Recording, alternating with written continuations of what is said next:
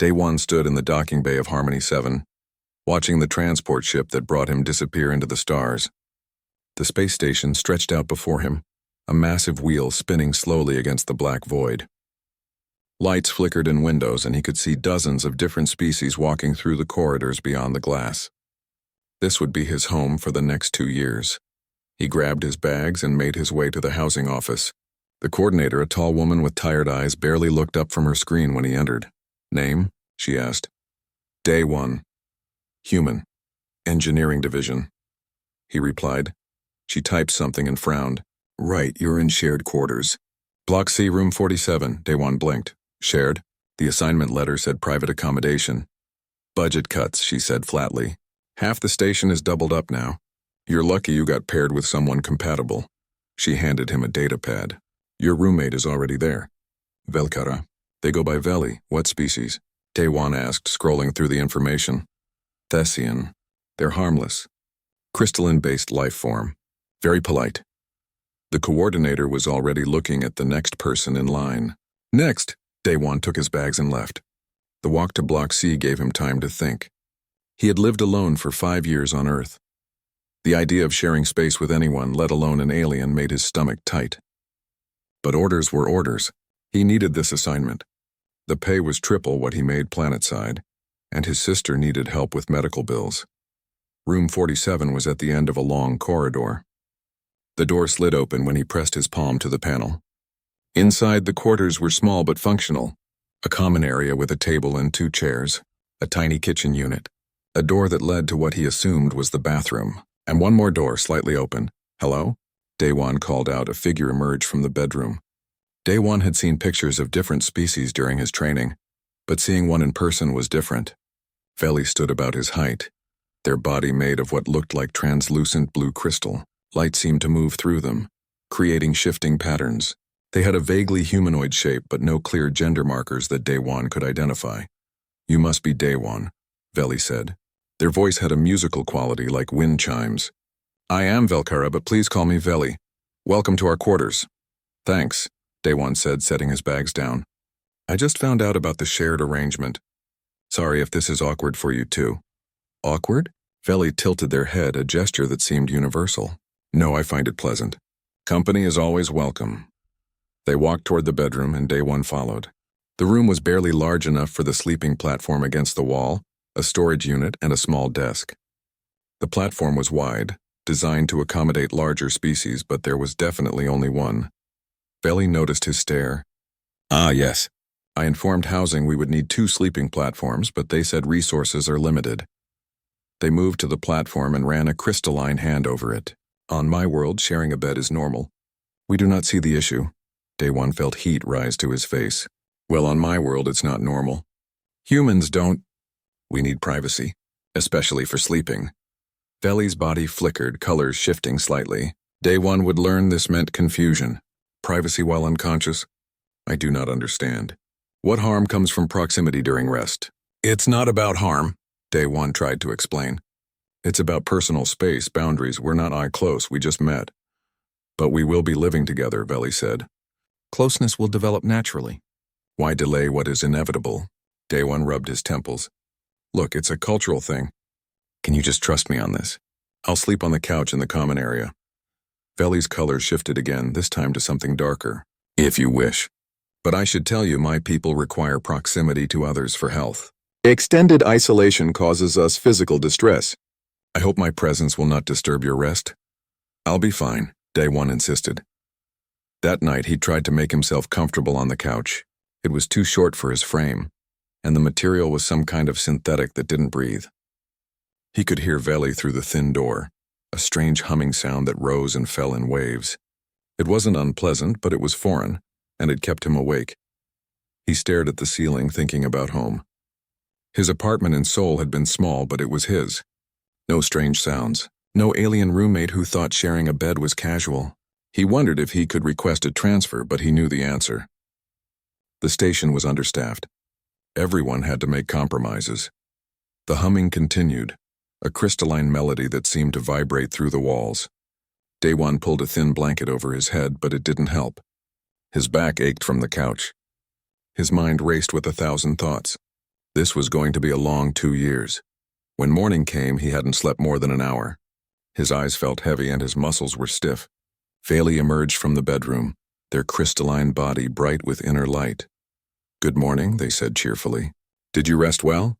"Fine," Daewon lied. Veli's colors shifted to something concerned, but they didn't push. "I have prepared something for breakfast. I researched human nutrition. I hope it is acceptable." On the table was a plate of something that resembled eggs and toast.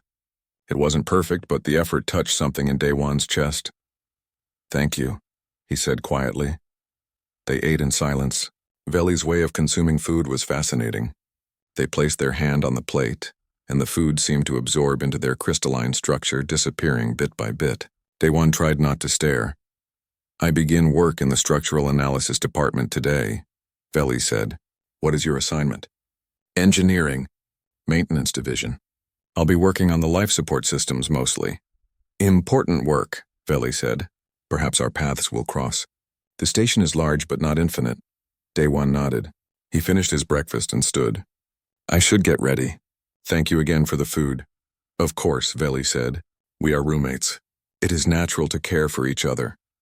As Daewon headed to the bathroom, he thought about those words. Natural to care for each other. On Earth, roommates were often strangers who shared rent and avoided each other. This was going to take some getting used to. He looked at himself in the mirror. Dark circles under his eyes. Hair a mess. He splashed water on his face and made a decision. He would survive this. 2 years. He could manage 2 years of anything. Even sharing quarters with an alien who hummed in their sleep and thought boundaries were optional. But as he left for his first day of work, he couldn't shake the memory of Veli's darkening colors when he mentioned isolation, causing them distress. He pushed the thought away. His comfort mattered too. They would both just have to adjust. 3 weeks passed and Daewon felt like he was falling apart. The couch remained his bed, uncomfortable and too small. Every night he heard Veli's crystalline humming through the door. Every morning he woke with a stiff neck and exhaustion pulling at his bones. His work began to suffer. "You look terrible," Rock said during a maintenance check. The Centaurian supervisor was built like a boulder, with gray skin and eyes that missed nothing. "When did you last sleep properly?" "I'm fine," Daewon muttered, checking a pressure valve. His hands shook slightly as he worked. "You're not fine. You're a safety risk." Rock crossed his massive arms. "Whatever is happening off-duty, fix it. I can't have tired workers near critical systems." Daewon nodded and finished his shift in silence. On his way back to quarters, he ran into Hyun-Sik and Ji-Woo, 2 other human engineers he had met during orientation. "Hey, Daewon," Hyun-Sik called out, grinning. "How's life with your alien bedmate?" Daewon's jaw tightened. "We don't share a bed, but you're in the same quarters, right?" Ji-Woo said, barely hiding her smile. "Must be weird. Do they snore? Make strange noises?" "It's fine," Daewon said, trying to move past them. "I heard Thessians like to cuddle," Hyun-Sik added, laughing. "Something about empathic bonding. Watch out or you'll wake up with a crystal alien wrapped around you." "Shut up," Daewon snapped, surprising himself with his anger. He walked away before they could say more. When he entered the quarters, Veli was sitting at the table, their body dimmer than usual. The bright inner light that had been so vibrant when they first met now seemed muted, like a lamp losing power. "Welcome back," Veli said quietly. Their musical voice sounded strained. Daewon set his bag down and really looked at them for the first time in days. "Are you okay? You look different." "I am managing," Veli said, but their colors shifted to a gray tone that even Daewon could tell meant dishonesty. "Managing what?" Veli hesitated. "My people are not designed for isolation. We live in pods on Thessia 9. Families sleep in shared spaces. Children are raised in communal environments. Being alone for extended periods causes our crystalline structure to deteriorate. But you're not alone," Daewon said. "I'm here." "You are in the other room," Veli said gently. "You are present but distant. My body does not understand the difference. It only knows I rest without proximity to another being." Guilt twisted in Daewon's stomach. "Why didn't you tell me this before?" "I did," Veli reminded him. "The first day. But I also understand your culture values different things. I do not wish to make you uncomfortable." That night, Daewon couldn't stop thinking about Veli's dimming light. He lay on the couch staring at the ceiling. Was his comfort worth someone else's health? But the idea of sharing a bed with an alien still felt wrong, a violation of something fundamental about how humans lived. The next day, he made an appointment with the station counselor. Tae Young was a middle-aged human woman who had been on Harmony 7 for 5 years. Her office was warm and filled with plants from a dozen different worlds. "Tell me what's happening," she said after Daewon sat down. He explained everything: the shared quarters, the single sleeping platform, Veli's declining health, his own exhaustion, his cultural discomfort. Tae Young listened without interrupting. When he finished, she leaned back in her chair. "Do you know why humans value sleeping alone?" "Because it's private," Daewon said automatically. "But why do we need privacy while unconscious?" she pressed. "We're vulnerable either way." "What's the real reason?" Daewon thought about it. "I guess it's intimate. Sleeping next to someone means you're close, romantically involved or family." "Exactly," Tae Young said. "But that's a human cultural construct. For Thessians, shared rest space has nothing to do with romance or family. It's about survival. Their biology requires it. When you impose human meaning onto Thessian behavior, you create a problem that doesn't actually exist." "But I still feel uncomfortable," Daewon admitted. "And that's valid," she said. "Your feelings matter. But so does Veli's health. Let me suggest a compromise. Would you be willing to share the sleeping platform if there was a physical barrier between you? A divider of some kind?" Daewon considered this. "Like a partition?" "Exactly. You each get your own space, but you're close enough that Veli's biology registers proximity. It might help both of you." That evening, Daewon talked to Veli about the idea. They immediately brightened, their inner light growing stronger. "Yes," Veli said eagerly. "That would be acceptable. More than acceptable." They requisitioned a portable partition from station supplies. It was a simple screen that attached to the sleeping platform, dividing it perfectly in half. Daewon set it up carefully, making sure it was secure. That night he lay on his side of the partition, Veli on theirs. The humming started as it did every night, but now it was closer, louder. But somehow it was less disturbing than before, maybe because he understood it now. It wasn't strange alien noise, it was just how Veli slept. For the first time in weeks, Daewon's body relaxed. The sleeping platform was comfortable, designed for rest in a way the couch never was. His back stopped aching, his neck loosened, and slowly, listening to the rise and fall of Veli's crystalline song, he fell asleep. When morning came, he woke feeling more rested than he had since arriving on the station. He sat up and looked over the partition.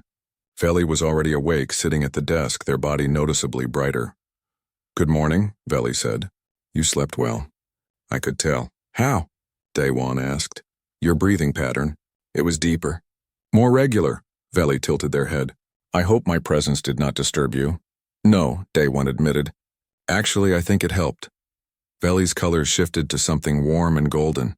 "I am glad. And I feel much better as well. Proximity matters even with a barrier between us. My structure is already beginning to recover." Over the next few days, Daewon's work improved. Rock noticed immediately. "Whatever you fixed, keep it fixed," the Centaurian said approvingly. Hyunsik and Jiwoo made a few more comments, but Daewon ignored them. Let them think what they wanted. He was sleeping properly. Veli was getting healthier. That was what mattered. But late at night, lying on his side of the partition, listening to Veli's humming, Daewon found himself thinking about something Tae Young had said. Human cultural construct. He had spent his whole life believing that sleeping alone was normal, that anything else was strange or inappropriate. But maybe normal was just whatever you were taught. Maybe there were other ways to live that were just as valid. He looked at the partition between them, a thin barrier separating two very different beings trying to coexist. It wasn't perfect, but it was working, and maybe that was enough.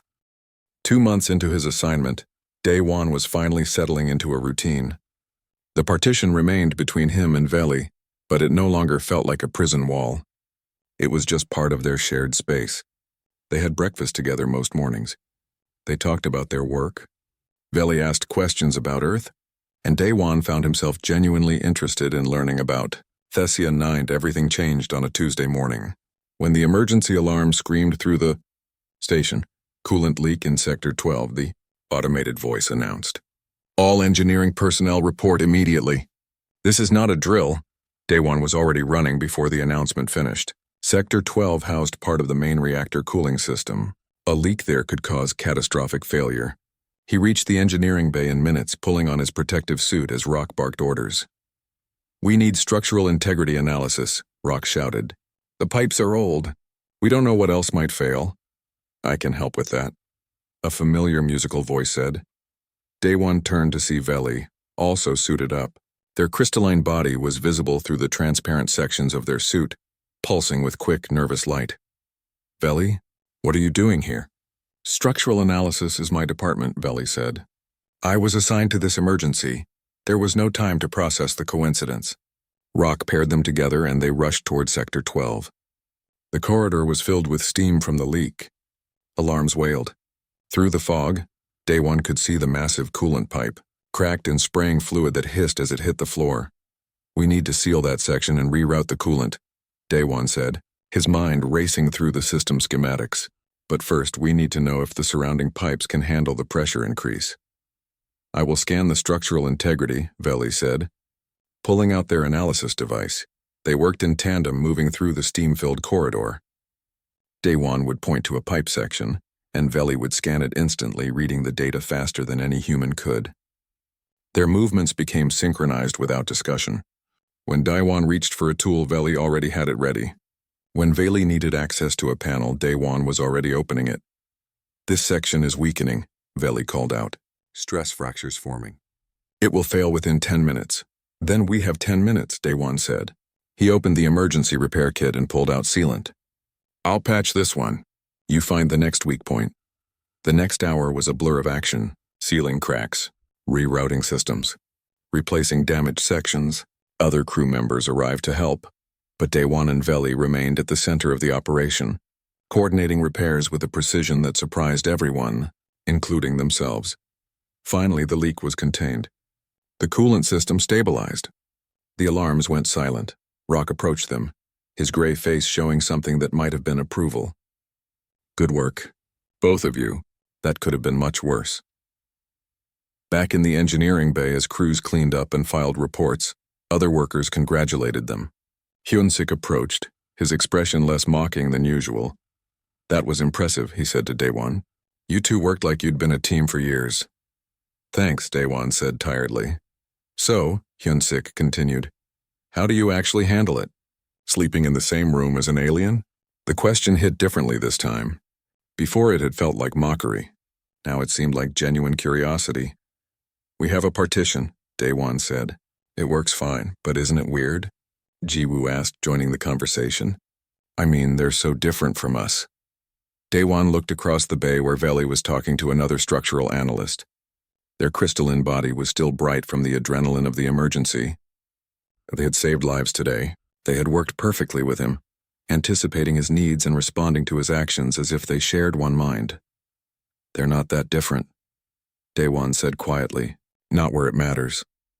That evening, the station held a small celebration in the communal lounge. The crisis had been averted and everyone needed to decompress. Daewon sat at a table with Veli, drinking something that the bartender promised was close to Korean beer. "You were very skilled today," Veli said. "Your reaction time and problem solving were impressive." "You too," Daewon said. "I've never worked with someone who could read structural data that fast." "How do you do it?" "My people perceive the world differently than humans," Veli explained. "We sense vibrations, stress patterns, energy flows. To me, the damaged pipes were singing out of tune. I simply listened." "Singing?" Daewon repeated, thinking about the humming he heard every night. "Is that what you do when you sleep? Listen to everything?" "In a way," Veli said. "Rest for Thessians is not unconsciousness like it is for humans. We enter a meditative state where we process the vibrations of our surroundings. It is how we connect to our environment and to each other." "The humming," Daewon said. "I thought it was like snoring. But it's not, is it?" "No." Veli's color shifted to something amused. "It is communication. Even in rest, Thessians in close proximity harmonize their songs. It is how pods bond, how we know we are safe and cared for." Daewon sat back, processing this. Every night for 2 months, Veli had been singing. Not to disturb him, but because their biology demanded connection. and he had been on the other side of a partition, treating it like an annoyance. "Can you tell me more about Thessia 9? He asked. "About how your people live?" Veli brightened. For the next hour, they talked. Veli described their homeworld, a planet of crystal formations and singing caves where sound created visible patterns in the air. They explained how Thessians lived in pods of 5 to 10 individuals sharing everything: space, food, rest, emotions. "We nearly went extinct once," Veli said, their colors darkening with the memory. "A plague swept through our world. It attacked our crystalline structure, causing us to fracture and shatter. The only ones who survived were those in close proximity to others. The shared vibrations somehow strengthened our structures enough to resist the disease. So that's why you need closeness," Day-Wan said.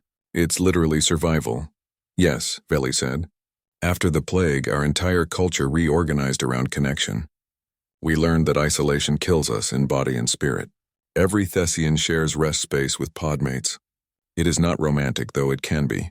It is not always familial, though it often is. It is simply survival." Day-Wan thought about his life on Earth, his apartment in Seoul where he had lived alone for 5 years, coming home to silence, eating dinner in front of a screen, sleeping in an empty bed. He had thought that was freedom, independence, the proper way for an adult to live. "On Earth, we're taught the opposite," he said slowly. "We're taught that independence is strength, that needing others makes you weak. I've been living alone since I was 23, and everyone told me that was success, that I had made it." "Did you feel successful?" Veli asked gently. Day-Wan opened his mouth to say yes, then stopped. Had he felt successful? Or had he felt lonely? He thought about weekends spent in his apartment with no plans, holidays where he made excuses not to visit family, nights staring at the ceiling, wondering why accomplishment felt so hollow. "I felt alone," he admitted. "I thought that was normal, that everyone felt that way." "Perhaps that is why humans seem so sad even in crowds," Veli said. "You have built a culture around isolation and called it independence." The words hit Day-Wan hard. He looked around the lounge. Dozens of species mingling, talking, touching, existing together without the barriers humans erected. Even Hyun-sik and Ji-woo were sitting close to their non-human coworkers, laughing and sharing stories. "The partition," Day-Wan said suddenly. "Does it actually help you? Or is it just better than nothing?" Veli's colors shifted through several shades before settling on something honest. "It is better than isolation. But it is not ideal. I can sense your presence, but it is muted. Like hearing music through a wall. I know it is there, but I cannot fully connect to it."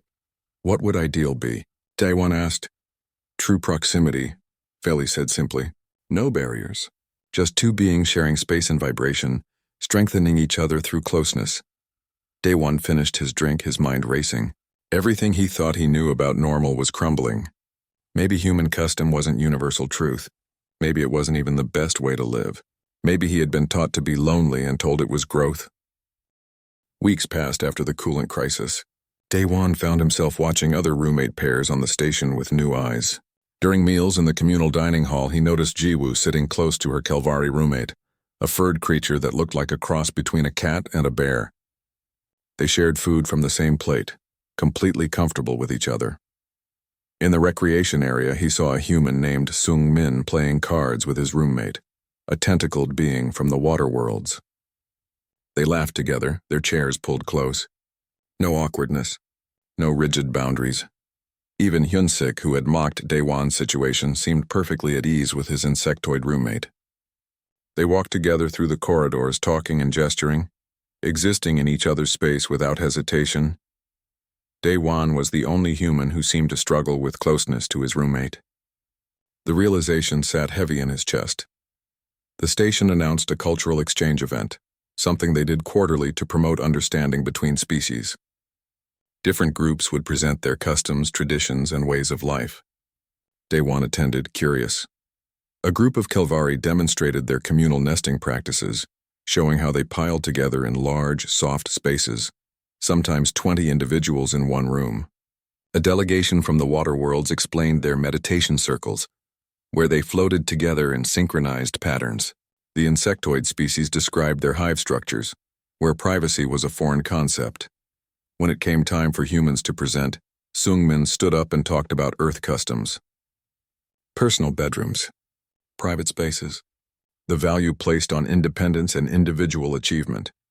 Humans generally prefer to sleep alone, Seungmin explained. Sharing sleeping space is usually reserved for romantic partners or parents with very young children. It is considered intimate and private. The audience stirred with confusion. Akelvari raised a paw. But how do you bond with family and friends? How do you maintain emotional connections without physical proximity during rest? We have other ways, Seungmin said, but he sounded uncertain. We talk. We spend time together while awake. We communicate through technology when apart. But the vulnerable hours, a Thessian in the audience said, the time when defenses are lowest and connection is deepest. You do not share this with your loved ones? Not typically, Seungmin admitted. The room fell into thoughtful silence. Daewon realized with startling clarity that humans were the outliers. Every other species practiced some form of communal rest or shared sleeping spaces. Earth customs were not universal standards. They were the exception. That night, lying on his side of the partition, Daewon could not sleep. Veli's humming filled the room, a song that had become as familiar as his own heartbeat. He thought about the Thessian in the audience asking about vulnerable hours and deep connection. He thought about Veli's dimming light during those first weeks when Daewon had slept on the couch. What was he actually protecting by maintaining this barrier? His dignity? His cultural identity? Or just his fear of change? At 3 a.m, the decision was made for him. The lights in their quarters flickered and died. Emergency lighting kicked in, bathing everything in dim red. A moment later, the temperature began to drop. Attention all personnel, the automated voice announced. Power outage in residential blocks C through F. Life support is being maintained at minimal levels. Heat will be reduced to conserve energy. Estimated repair time is 6 hours. We apologize for the inconvenience. Daewon sat up, his breath already visible in the cold air. He heard movement from Veli's side of the partition. Are you well? Veli asked. Cold, Daewon admitted. Really cold. My species generates a small amount of thermal energy, Veli said. It is not much, but it might help. Would you like me to move the partition? Every human instinct told Daewon to say no. To tough it out. To maintain his boundaries even if it meant freezing. But then he remembered Veli's words from weeks ago. Perhaps that is why humans seem so sad. You have built a culture around isolation. Yes, Daewon said. Please. He heard Veli move and then the partition slid aside. In the dim red emergency lighting, Veli's crystalline body glowed softly with inner warmth. They moved to one side of the sleeping platform, leaving space. Here, Veli said. This is the warmest area. Daewon hesitated only a moment before moving closer. Veli was right. Warmth radiated from their crystalline structure, a gentle heat that pushed back the cold. He lay down, maintaining a respectful distance but close enough to feel the benefit. Better? Veli asked. Much better, Daewon said. Thank you. Of course, Veli said. Their humming resumed, but now Daewon was close enough to feel it. Not just hear it, but feel it. The vibrations moved through the sleeping platform, through the air, through his body. It was not unpleasant. It was like being wrapped in sound and connection, in the simple knowledge that he was not alone. The hours passed slowly. The cold deepened, but Veli's warmth held steady. Daewon found himself relaxing in a way he had not experienced in years.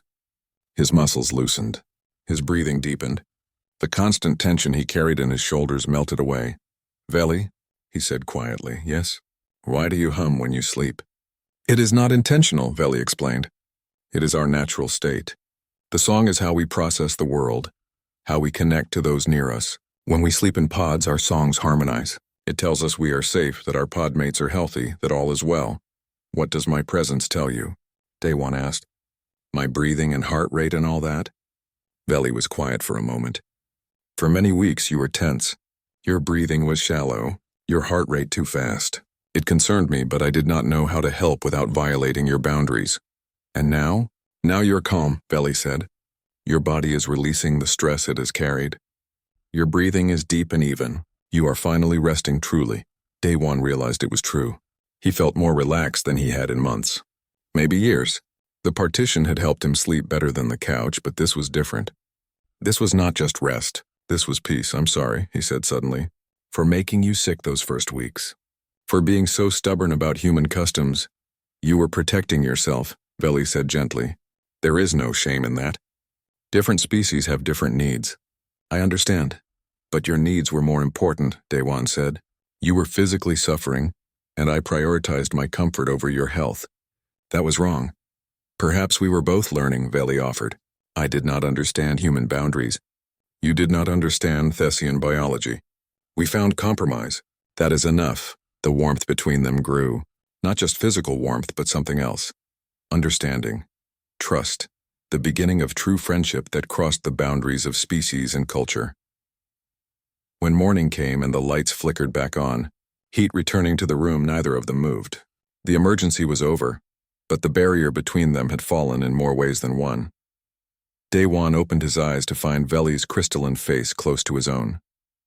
In the normal light, their body was brilliant with color, patterns shifting like an aurora. Good morning, Veli said.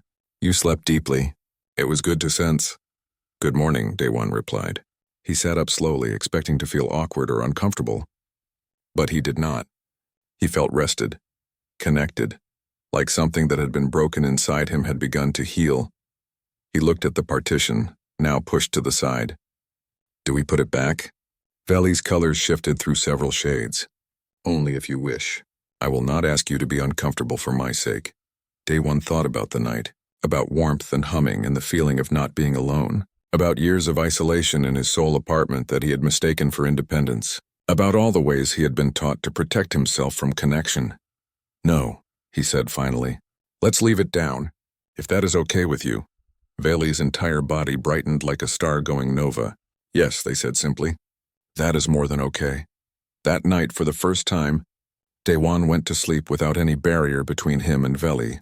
The humming surrounded him, and he let himself sink into it, into the warmth and connection and simple comfort of shared space.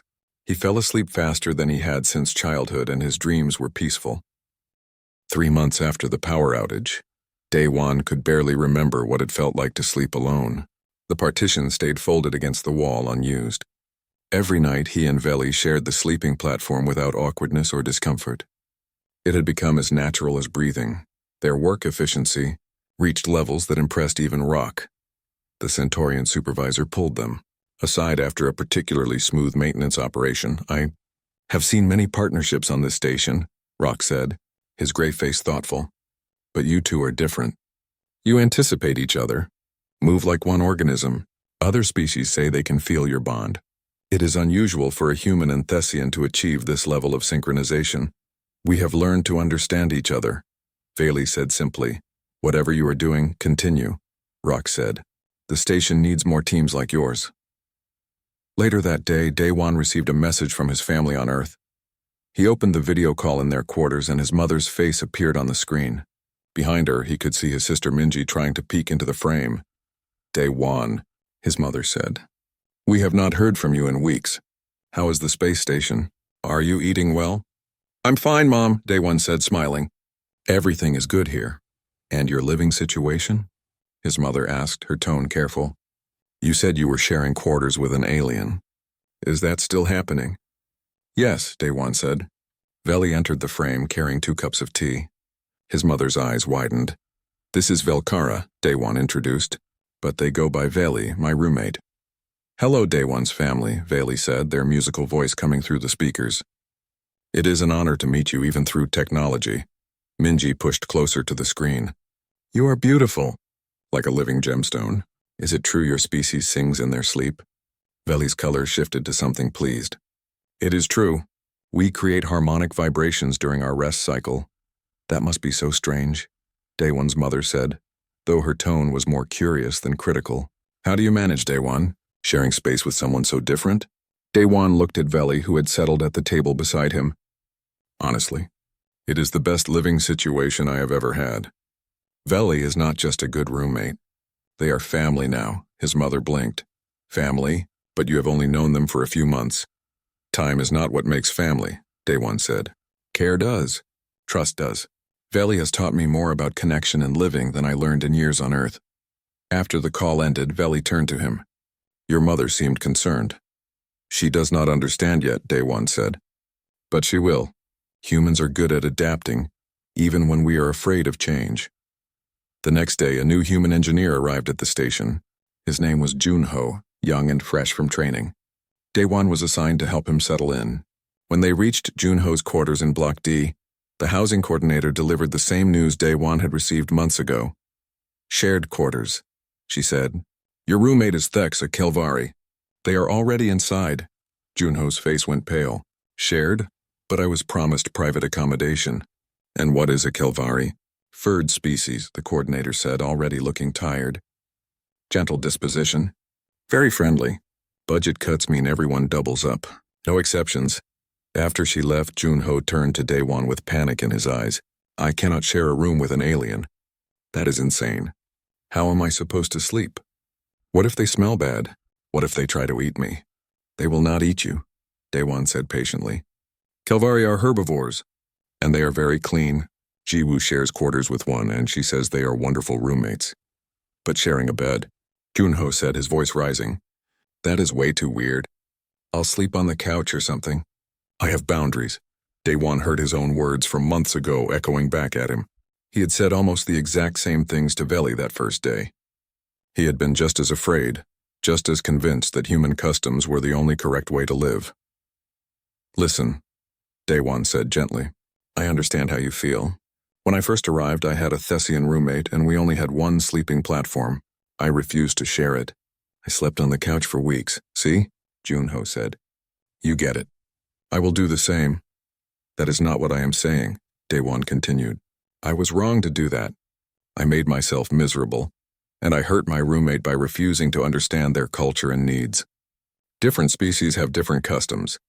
What feels intimate to humans might be casual to them. What seems strange at first becomes normal quickly if you let it." Junho stared at him. "So you are sharing a bed with an alien now?" "Yes," Daewon said simply. "And I sleep better than I have in years. My work is better. My health is better. My life is better. Not in spite of sharing space with Veli, but because of it." "I do not know if I can do that," Junho admitted. "You do not have to decide right now," Daewon said. "Start with talking to Thex, learn about their culture. Ask questions, be open. You might be surprised by what you discover about yourself and what you actually need." That evening, Daewon returned to his own quarters feeling thoughtful. Veli was preparing dinner, something they had learned to do together. Veli would handle ingredients that required delicate touch while Daewon managed heat and timing. "You seem contemplative," Veli observed. "I met the new human today," Daewon said. "Junho. He reminded me of myself when I first arrived, scared, stubborn, convinced that human ways were the only right ways." "And now?" Veli asked. "Now I cannot imagine going back to that," Daewon said. He helped set the table, their movements synchronized from months of practice. "Back on Earth, I lived alone for 5 years. I thought that was what I wanted. Independence, freedom, no one to answer to or accommodate. Did it make you happy?" Veli asked. "No," Daewon admitted. "I was lonely. So lonely that I had forgotten what connection felt like. I had convinced myself that being alone was strength, that needing others was weakness." They sat down to eat. The comfortable silence between them was something Daewon treasured. No need to fill every moment with words. Just existing together was enough. "My people have a saying," Veli said after a while. "A single crystal can be beautiful, but a geode is magnificent. Alone we are fragile. Together we are unbreakable." "That is beautiful," Daewon said. "Humans have something similar. No man is an island. But we seem to have forgotten it somewhere along the way." That night, as they prepared for sleep, Daewon noticed an official message on his datapad. Veli had been offered a promotion. It would require transferring to a different sector of the station, different quarters, different assignment. "Veli," Daewon said carefully, "did you see this message about the promotion?" Veli's color shifted to something conflicted. "Yes, I saw it this morning." "It is a good opportunity," Daewon said, trying to sound encouraging even as his chest tightened. "More responsibility, better compensation. It would also mean leaving these quarters," Veli said quietly. "Leaving our shared space." "Leaving you." The words hung in the air between them. Daewon realized with startling clarity that he did not want Veli to leave. Not because he needed a roommate, but because somewhere along the way, Veli had become essential to his life. Podmate, as Thessians would say. Family, as humans would understand it. What do you want to do? Daywan asked. I do not want to leave, Veli said. You are part of my pod now. Podmates do not separate easily. But I also do not want to hold you back or limit your opportunities. Hold me back? Daywan repeated. Veli, you have made my life here better in every way.